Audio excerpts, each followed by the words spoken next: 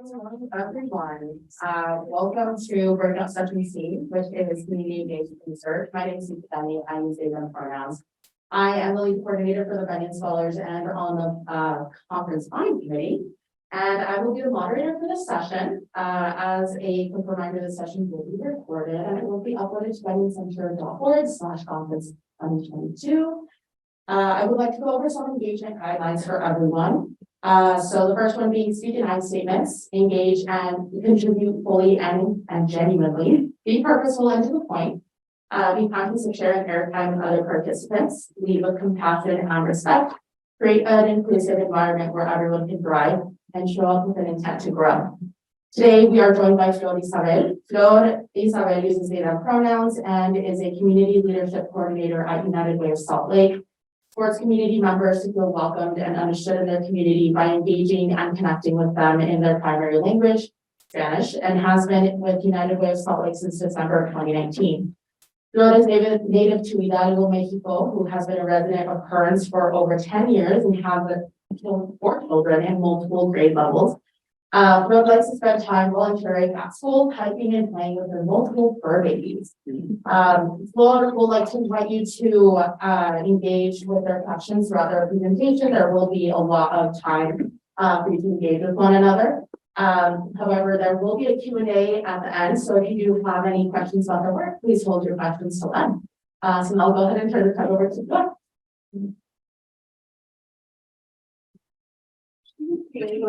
Thank you all for being here. So like Isabel mentioned, I live in Kearns. And Kearns, if you don't know, is a township. Really small, it's really cute. One of my favorite things is that I know my neighbors, and where I don't, it's so small that I'm able to connect with them. That really helps me because I get really nervous when there's new people. So to start off, we're going to start with a little, oh, my bad. I'm also a little bit nervous. This is my first presentation and that's the youth. I'm really excited. We'll have a little check-in activity to break that little ice, like I said. I'll do a little introduction of myself and I'll do an introduction on community research. And then we'll have a couple of activities and questions throughout. For a portion of this, we will be using your phones. I'm always trying to try new things with technology just because it's kind of like I have to. And so Slido is the fun little app that I just kind of learned about to engage questions. So we'll do that, followed by hopefully mindfulness activity. Awesome. So first of all, I'd like you all to pair and share. I don't know if everybody knows each other, but this will be a nice way to kind of break the ice and start the day. I'll also step in where we don't have a pair. So we'll just name the name. My name is Flor Isabel. I do prefer they, them pronouns. How are you showing up today? But really like dive into yourself and ask yourself, how are you showing up today? And what brought you here? Share with each other. And then at the end, I'll ask a couple of you to share. So pair up just 2, and then we can start. I'm going to give 4 minutes, and then I will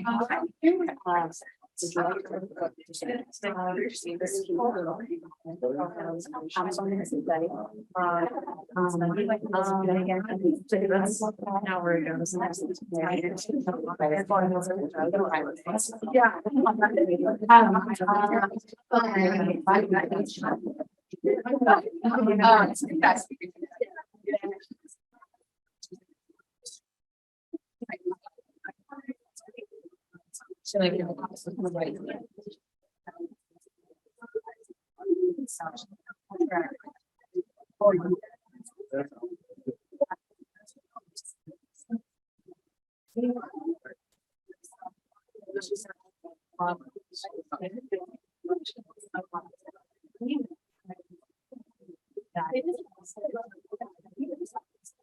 So like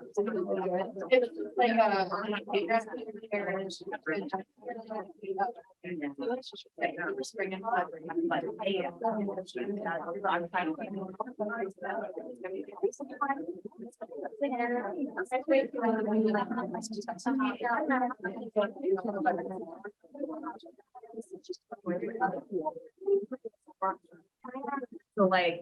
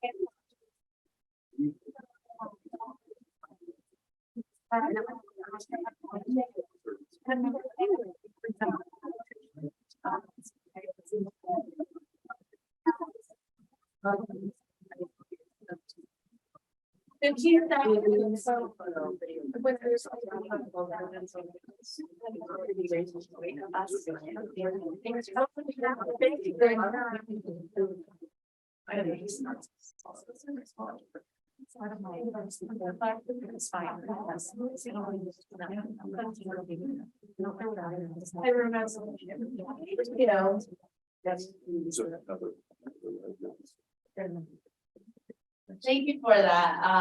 I got to know my partner and share my excitement and nervousness for being here. So now I feel a lot better and relaxed, knowing Zoe.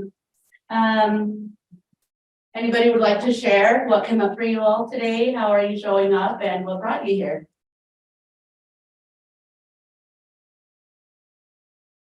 I can share about our conversation. It was like really lovely.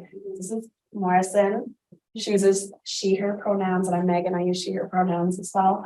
But we both talked about how we're actually feeling really energized this morning because we've missed this like in person and feeling really inspired by these other folks that are showing up authentically and wanting to do kind of this good work. And we talked about how inspired we were by the keynote last night. It was Luis.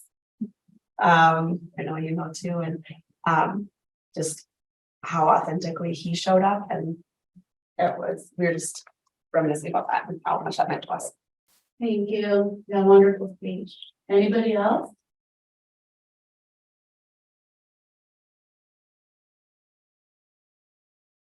Awesome.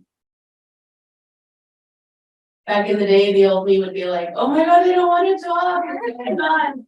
I've learned to be okay with silence. And it's an amazing feeling. My name is Flor and I come from Pachuca Hidalgo. I am Mexican. One of my favorite things is salsa de molcajete. Oh. That's the picture right there. It really is really homemade food. Salsa, spicy is how I like it. Tomatoes, any chiles. You blend it up, go to town, you take out your anger, and then you enjoy that meal with your family. My favorite thing to do with my children. I have 4 kids, Oscar, Xavier, Flower, and Raul. I make them do this with me, but it's gotten to a point where now I just have to ask them and set it all up, and they are willing to do it with me because it's awesome. Like it's delicious and it's a good exercise. Really, yeah, so focusing on that. And I've been in my role here with United Way, going on 3 years. This is really amazing because it's really what has helped me learn a lot. As mentioned, I know Luis. I really love to think of him as like a mentor, really huge support. I started off with United Way doing this community engagement work back in December of 2019. And back then I met Luis, I think it would have been in September, October that year when they were showing up to the schools that I was a very involved parent at to recruit. They were really wanting to get parents or community members to do the work in their community. I never graduated from high school, so I was like, no, thank you, that's not gonna be for me, I cannot do this. I was lucky enough, and I always say that I've always been very lucky throughout my life. I was very lucky to meet another old coworker at United Way, Jessica Olmos, and then she shared the opportunity again. And I was like, look, Jessica, I just want to be here with my kids, and I don't think this is going to be for me. It is because of amazing people that have surrounded me that I am in places that I am today. Jessica really supported me and said, you can do this. It is literally what you're already doing with a babe. And I was like, oh, let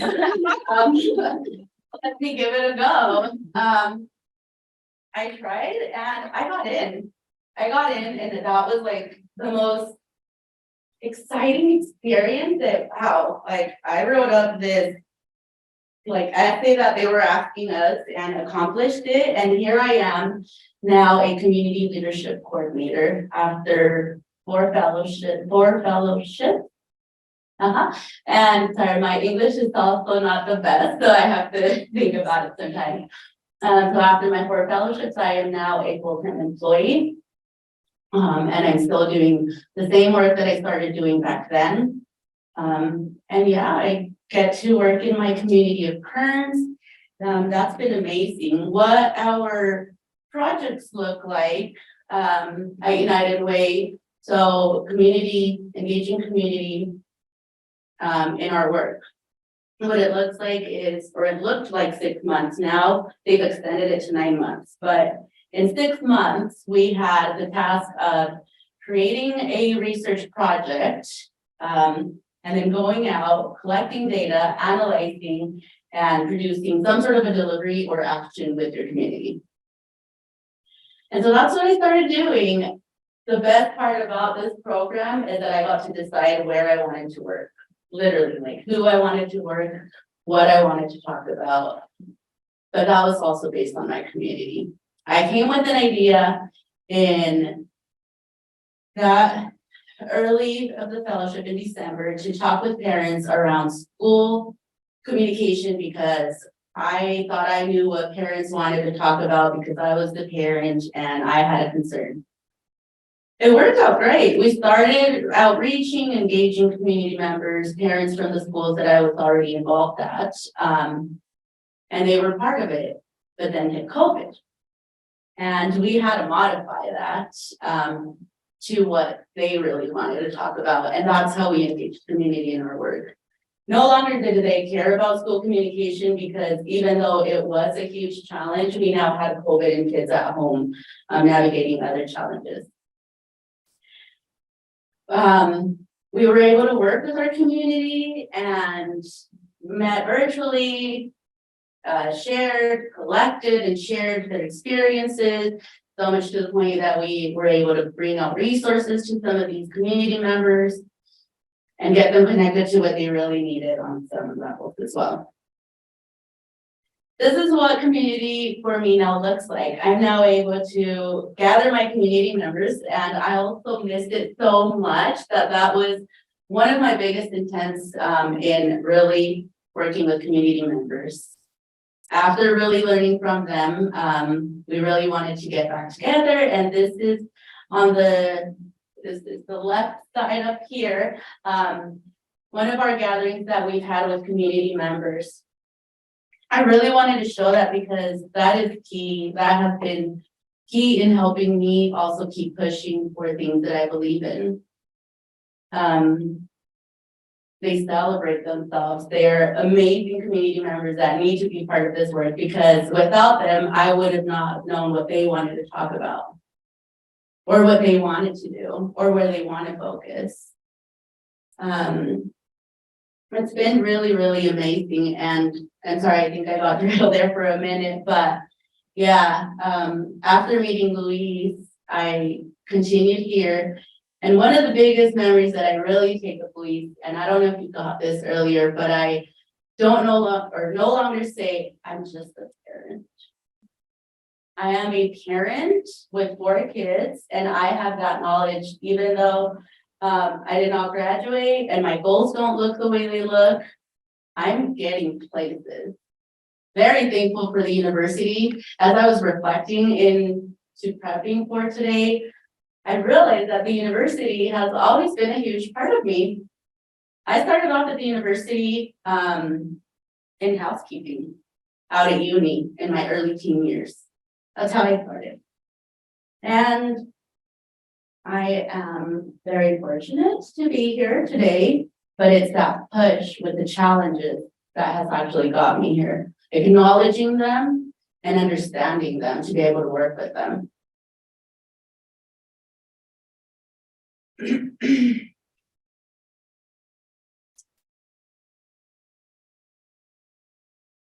So just to reiterate what I really think of community-based research. It is really working with, not for a community, engaging them throughout the whole process, from the beginning to the end. I still meet with my community members.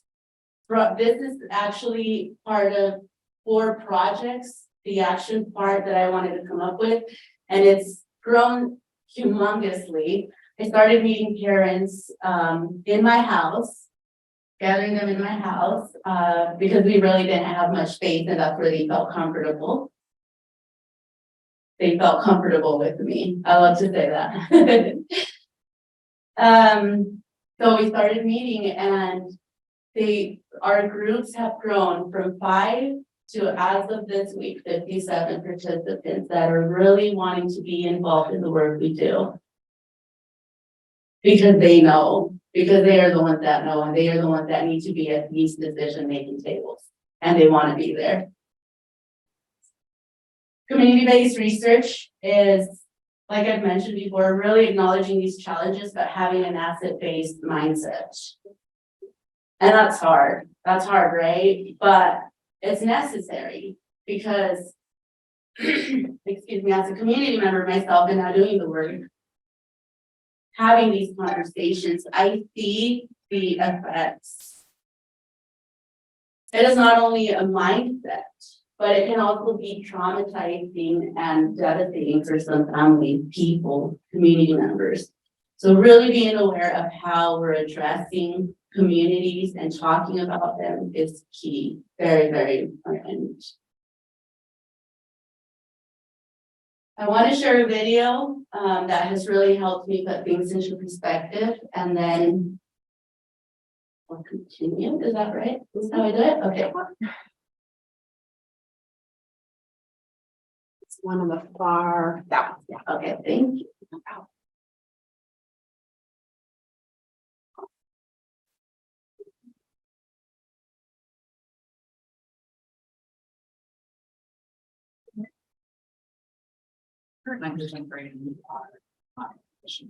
You have been told many, many, many times, possibly every day of your educational life, what you're not good at.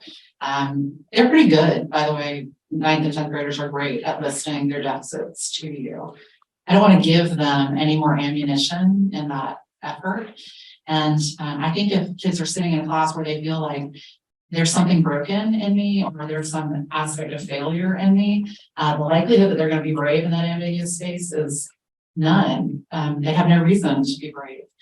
They've been told that they shouldn't be somehow. And a deficit mindset is a great way to teach a kid too, not to try anything outlandish or creative or new. What does it mean when you get yelled at home or something bad happens and then you come to school in that space? What do you think that does to your learning? It affects it. Is it your fault that it affects it? No, it's not. I have a student, Daniel, who is tremendously courageous. He's a young, tall, mixed race young man that already comes with a package of beliefs and biases and all the things. He has a very strong sense of his own boundaries, which I believe is a huge asset for him. But if you are a person like a teacher or an administrator who's looking for acquiescence and immediate smiling compliance, you may see that as non-compliance, or disrespect or something like that. Whereas, that cannot be farther from the truth. But on top of that, can talk to almost anyone at any level, at any time. And it's mostly because he has this fantastic way of not judging people, and he can just like be receptive to conversation. And so using that strength and like calling his attention to that strength, I said, you have this strength. And then he's like, yeah. And I said, but you know that. He goes, that's because you taught me every day. I'm Daniel Boyd II. I'm named after my dad. I want to eventually be a lawyer. That's my favorite teacher, Miss Daniel. Like whenever I'm down, she was always the first one to bring me up and lift me. It's very important to him to feel an emotional connection to his teachers and administrators. He has to trust you before he's going to do his best work. Because, and this is where the deficit mindset definitely came in, I believe, is that he was very timid to try new things and to really stretch himself to that rigorous level that where he'd have to think in ways that he wasn't used to thinking. She's the type of teacher, like, she comes and she'll talk to you, and like, even if she knows you understand it, she'll still come to you and make sure 100% that you understand. And so she understands that you understand. It's more relaxed and calm, and I find him way more understanding than any other class would be. My dad used to say, if you ever want something out of a child, accuse them of it first. And I lived my whole teaching career this way. So as soon as I see sort of a nugget of brilliance in them, they get accused of it a lot. And it's reiterated a lot. The minute you say, what's that student's deficit? I immediately think of numbers and data. But that has nothing to do with him as a human being or what he brings to my classroom. The value that he bestows on any group that he's a part of. How you want to frame your own thoughts in your head have a lot to do with how much you get out of a student or how a student feels about you. So I can't control a lot of things, but what I can control is what I'm thinking about a student. I know that student's a great leader. I know that student's a great listener. Like I know that he's going to listen to me, and I know that she's going to be able to draw. I know that he's going to be able to write all the text out. There's no student in my class that's not accused of something really exceptional, but I would say that's probably my most fun way of using a strengths mindset, and it's probably one of the ways that kids respond to best. And it's always really sad when one of them will say, "It's never told me that," or and you're like, I just want you to hear every single day that you do these amazing things and bring all this value to the space that you're in. Anyway, it's the fun part of my job.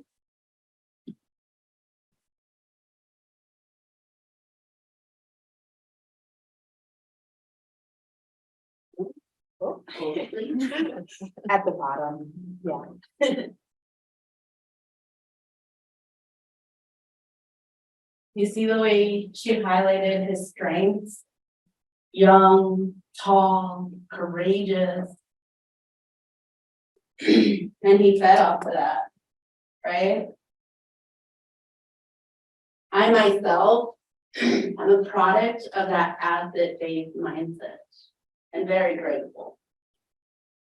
And I will say this again, when we really focus and are very deficit-based, it can linger in community and in one individual person also. So it is really a good practice to be very mindful of the way we express about others, because I, for example, am not a graduate of the high school, but I have an amazing set of skills that I could just list for days. I'm probably exaggerating a little bit, but I do have so many that I'm like, I can bring community members together. I can speak the Spanish language. I've thrived throughout many, many challenges. I made it from another country here, navigating a second language and being undocumented for more than half of my life. Woo! Thank you. Amazing. So thank you all. So I've been surrounded by amazing, amazing people. Now I learned 2 students, so you here and Pikwali and Anai, for those that know Anai is another amazing person. My other coach here, Maddie, thank you for being here. It is because of people that really believe and see the challenges and work together for an action that we can accomplish things together.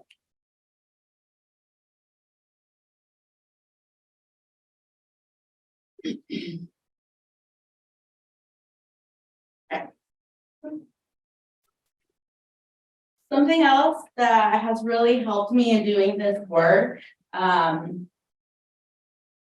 is using stories to connect. But stories that have meaning, emotion, and value. We have this tool, this training, and I call it a tool or structure. And it's an activity that we'll move into right now, but it really teaches you to reflect back before speaking. I've had to practice this multiple times. Like I said, I did the fellowship for 4 times. I really, really love it and believe it has helped my work in being able to show and model vulnerability is in order to be able to receive it back. I don't think that we can really do community-based research without this connection, relationship, and vulnerability. So we're gonna grab a piece of paper that's on in front of you. There's pens if you need them. We're gonna write down some stories right now, but first, before you write down 3 key moments in your life, I want you to think of the story. This story is gonna have, sorry, step back. When thinking value-based storytelling, this story should have real lived experience, a value, and that's something, your principle, your belief, what you really believe is right. And a real value-based storytelling will also have emotional weight. And just to reiterate, real lived experience is something that has actually happened to you, not an idea or thought. So you're gonna think of 3 key moments in your life when you stepped up or failed to step up to a challenge. I want you to write these 3 moments down and I'll give you 2 minutes for that.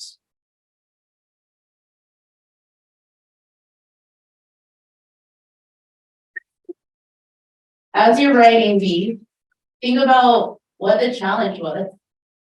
Is there a choice and what was it and what outcome came out of it? 3 key moments and then we'll share.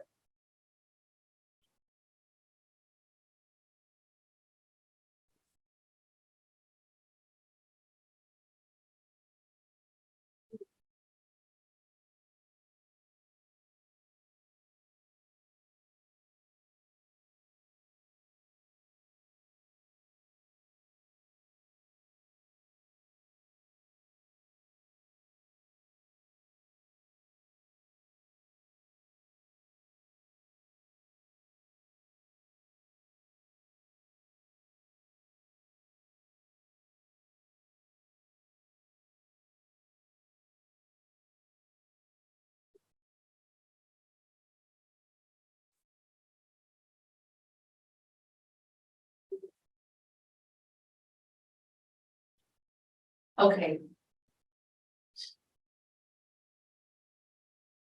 You 30 more seconds. Do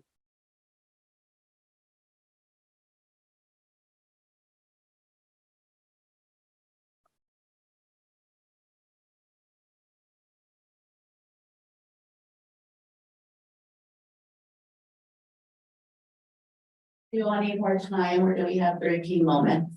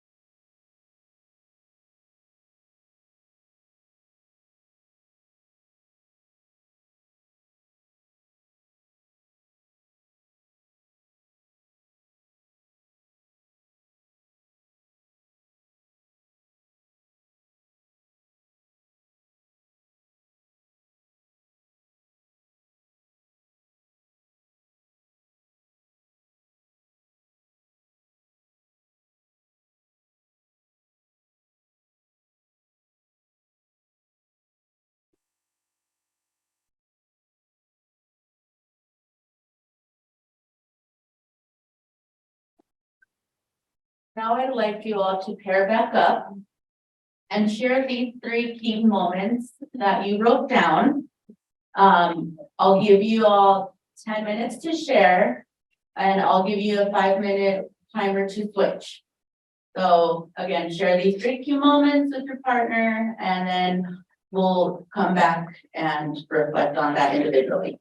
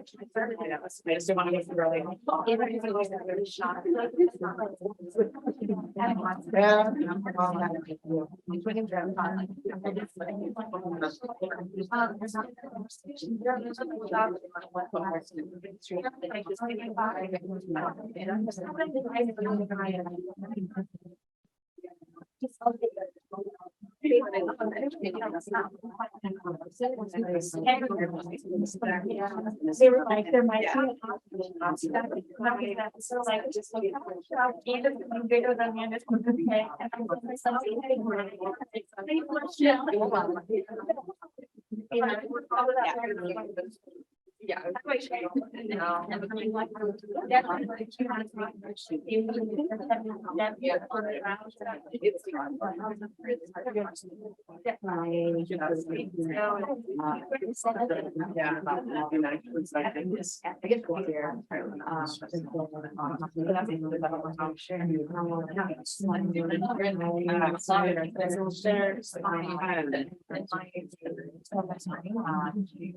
Yeah. My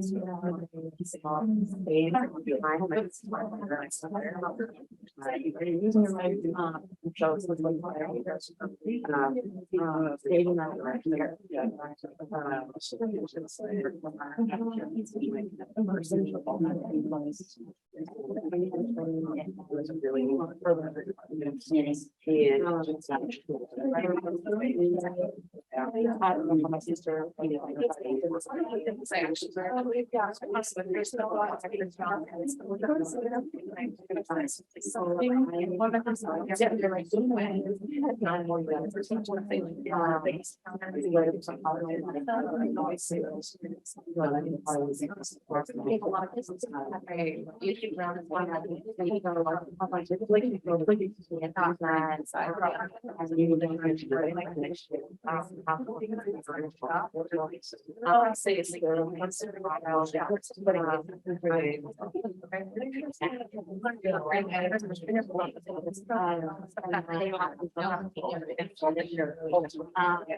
And that's gonna be.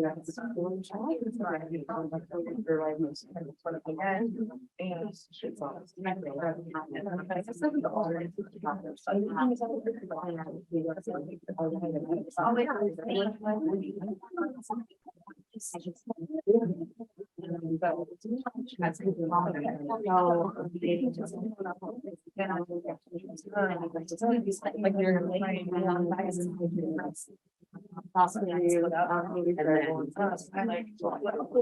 Yeah, something. Yeah. Not just.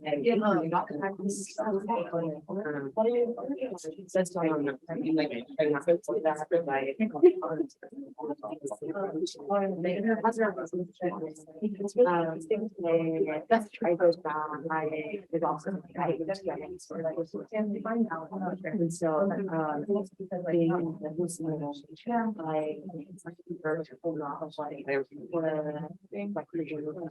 Yeah, I would say like.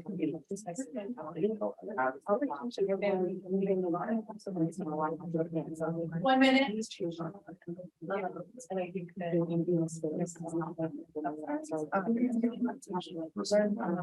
But I feel like. So.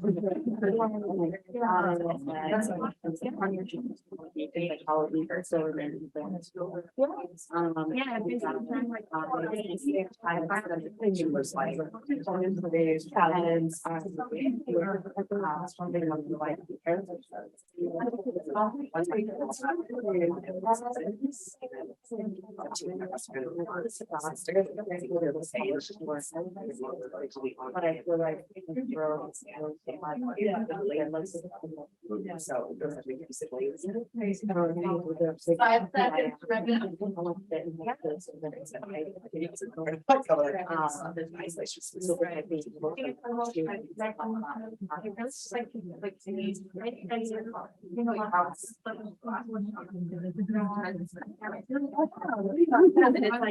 Okay, thank you. Now I want you to go back to your story. You just shared 1 or 3 of your stories. I want you to pick one of them that best illustrates the story you're trying to convey. I want you to add more detail to that one story you really want to share. Y'all already shared a lot of great stories, but really focus on adding more detail. What did it smell like? What were you really feeling in the moment? What was that choice and outcome? And then I'm going to give you another 2 minutes. I'll give you 4 minutes this time to reflect and write it down. And then we'll go back and share to our partner with more detail.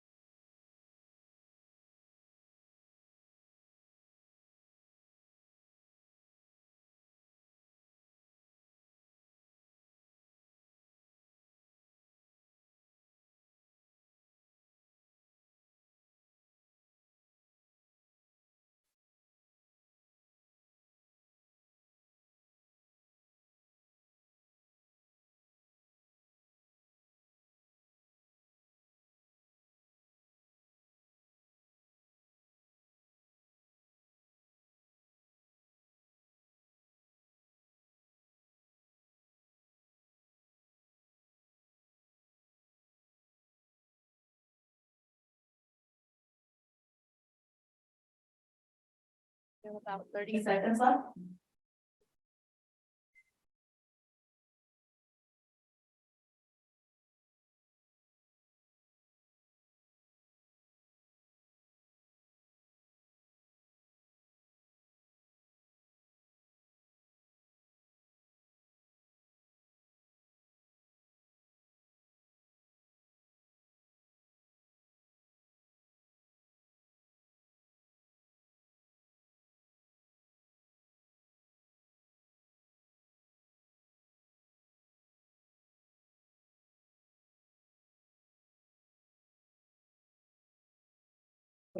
We're gonna go back and share to our partner.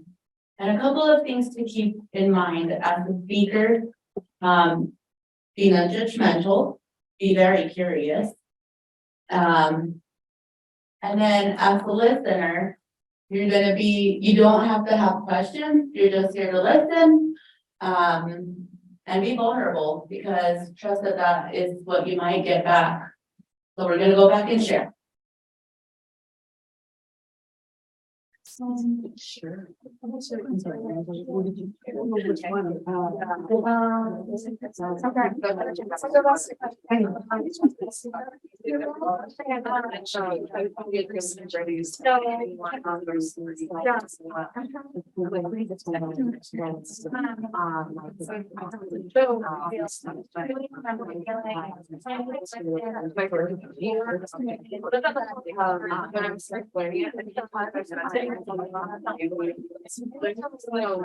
Just represent.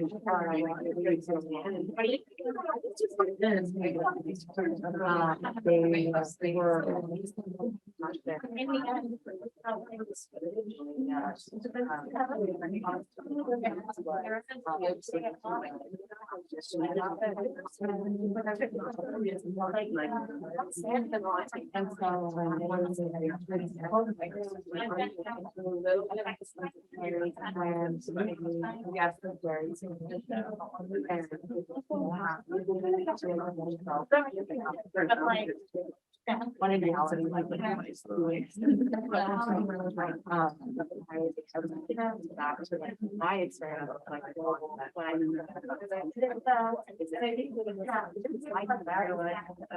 where just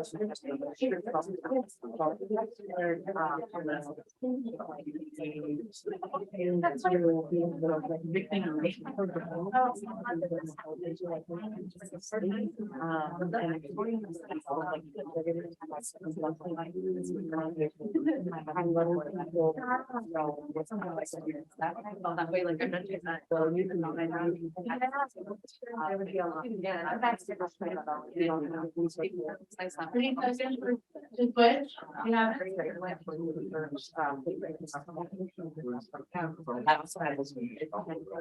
That's my program is the only biggest, well, that's not.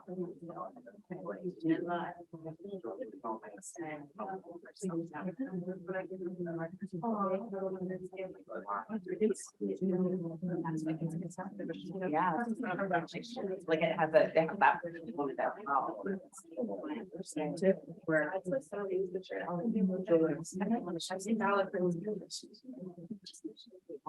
Yeah. But still, I mean, it's still part of what you're experiencing. You're like, you're just. You are. You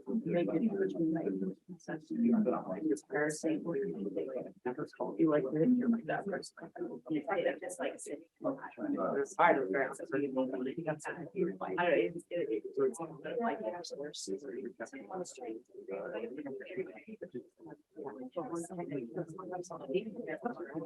No, don't get me started on government.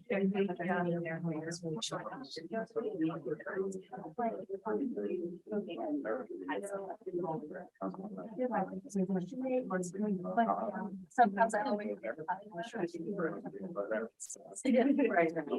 But not yeah. All of it's. Like actually, care when they have to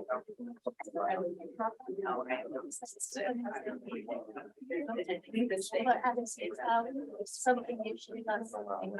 Right, but I would be more.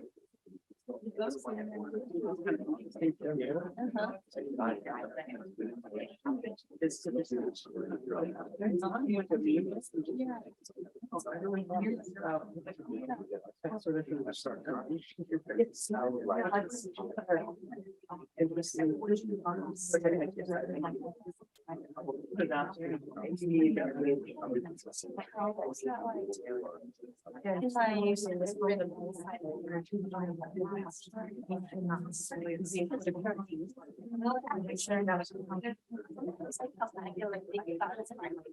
Is that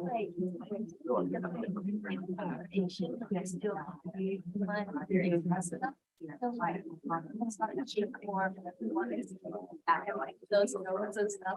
Yeah. You're a part of it, but that not like makes us just of more so. It's like, everyone has something so cool. To say.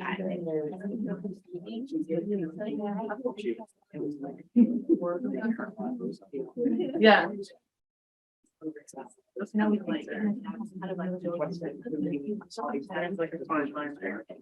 Yeah. You know. Yeah. That's how I know. They say it, but then we realize so much. I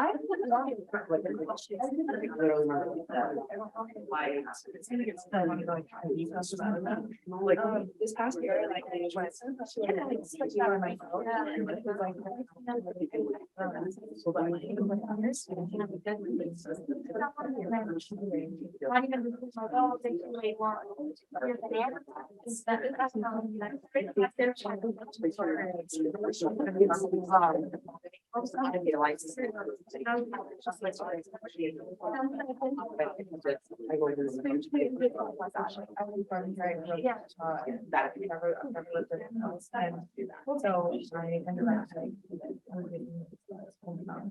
Like I went to the for 6 months and I went by myself and. Okay, thank you. So sometimes in working, doing community engagement work, it's easy to go out and try to get a shared story back, but not give one. And it really goes a long way when you're able to share one because it can cause a longer conversation with more detail. So I'd really encourage you all to practice this.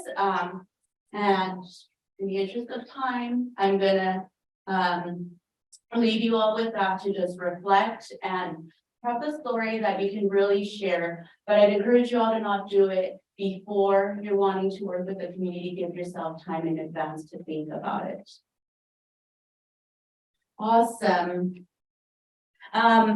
something that I really wanted to touch bases is how we are really working with community matters. And something that's really helped me is meeting where they are. Literally, like showing up to their gatherings that they already hold, because that's where they are. During COVID, we could not meet in person, so we met virtually. And that also meant giving tech trainings in advance so that they knew what Zoom was and how to get on there. Because like I said, technology is every day evolving and coming up more and more. They're on WhatsApp. That's where I get a hold and communicate with my community members. I just heard 16 parents again say this week, they are not on Facebook.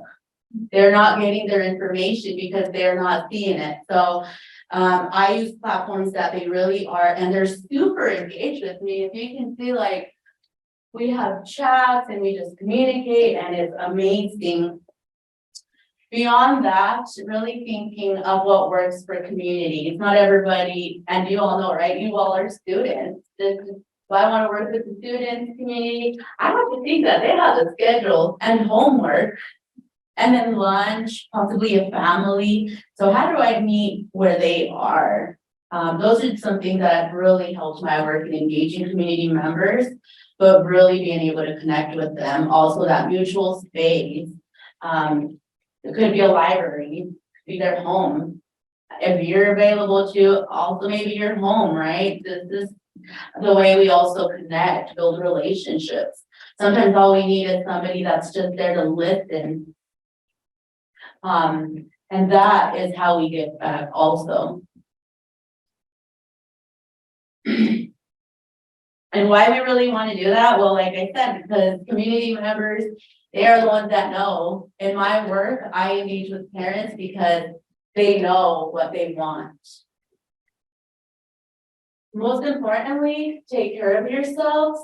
When we are working and engaging community members, we're exposed to the trauma and violence that they've been through, some intergenerational histories and histories of this. So that's something that has really, really helped me. I go back to my happy place, and for me, my happy place is music. Or something that I've learned throughout the fellowship is meditation. I don't know if anybody here meditates, but when you're in a guided meditation, they say, focus on the air that's coming in and out of the nose. When I'm in conflicting gatherings, there's spaces that just happened this week, and it can get very emotionally challenging. I go back to that place and I remember that it's okay, because we have a huge amount of people that I did not see before working for the same goals, because they understand the challenges, that they do understand them. And if they don't, they try to understand. They engage and actively, meaningfully listen to understand. I'm not gonna do the video today, but I just, like I say, I like to just kind of try out new things. I Google affirmations, I Google meditation, I Google breathing exercises, I take walks with my children, I scream the loudest song that I love in the car. That's what I was doing today because I'm so excited to be here. Finally, don't be scared, but really, really be very intentional. And I'm gonna quote Anai here, who said, we're just having meaningful conversations. But be ready, because once you're ready to connect, you can have very long conversations and very long relationships lasting a long time. Thank you. I'm gonna now take questions.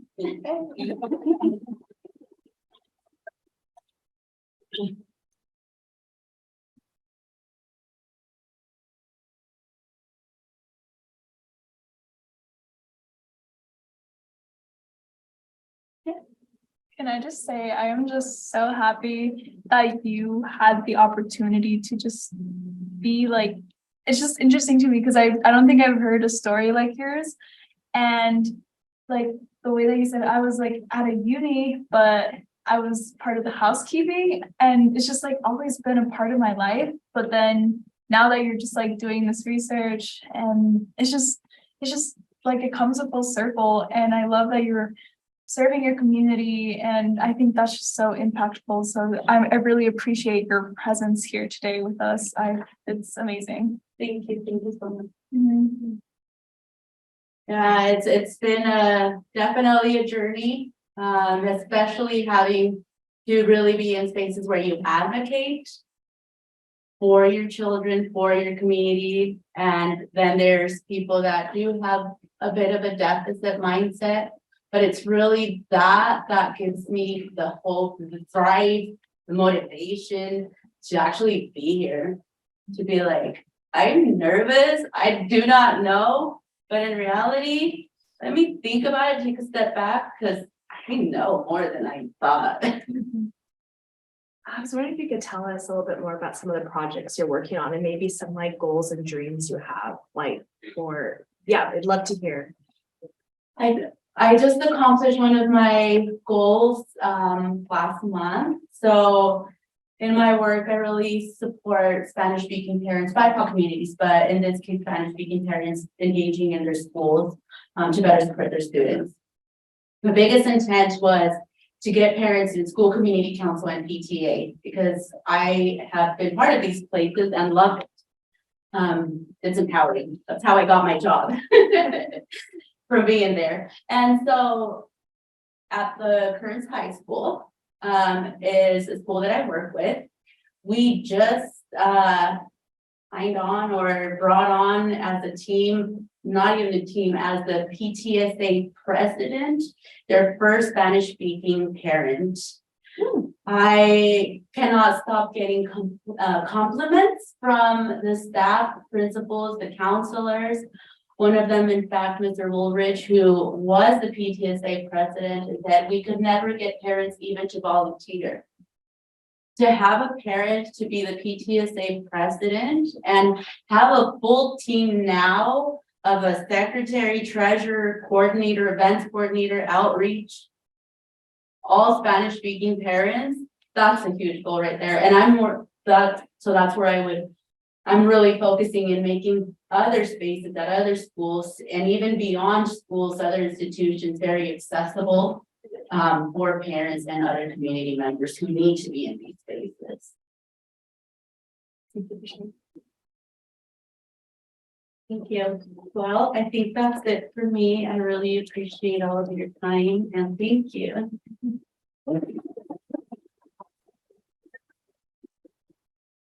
Awesome. Well, thank you so much, Dawn. I really do appreciate you and all of the time, energy, and love that you put into all of the interactions with me and the community. And thank you all for participating in this session. I do want to let you know that there will be a survey that will be sent out shortly after the conference. And this is just to give us some feedback to make the next year's conference a little bit better.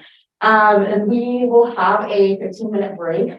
So if you want to use that to go to the bathroom or talk amongst each other, please feel free to do so.